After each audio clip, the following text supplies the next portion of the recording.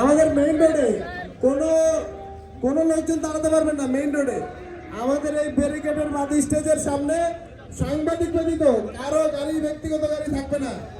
এ ব্যাপারে সম্মানিত নেতৃবৃন্দদের বিশেষভাবে অনুরোধ করা হচ্ছে। ছবি তুলছি, ভিডিও করছি। ওই যেটুকু মাথায় ধান টান আছে এইটুকু লাগে ছবি তুলবা।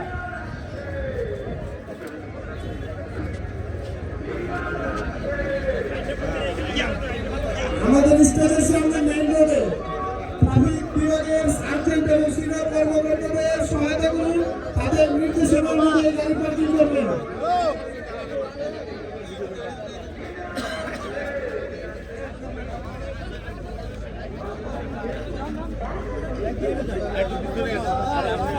সবাইকে একটু নিয়ে